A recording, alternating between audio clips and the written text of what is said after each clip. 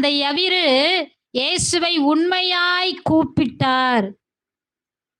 உண்மையாய் போய் கூப்பிடுறார், இயேசுவே வாங்க, மரண போராட்டத்துல இருக்கா, என் மகா எப்போ சாவன்னு சொல்ல முடியாது, நீங்க வந்தீங்கன்னா நிச்சயமா என் மகா பிழைச்சுக்கிடுவா அப்படின்னு அவர் உண்மையாகவே இயேசுவை கூப்பிட்டதுனால இயேசு வந்து மரித்தவளை உயிரோட எழுப்பினார்.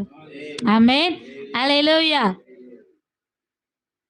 மக மரிச்சு போயிட்டா, ஆனாலும் கூட இவன் என்ன பண்றாரு, இயேசு ஆரேன்ட்டாரு.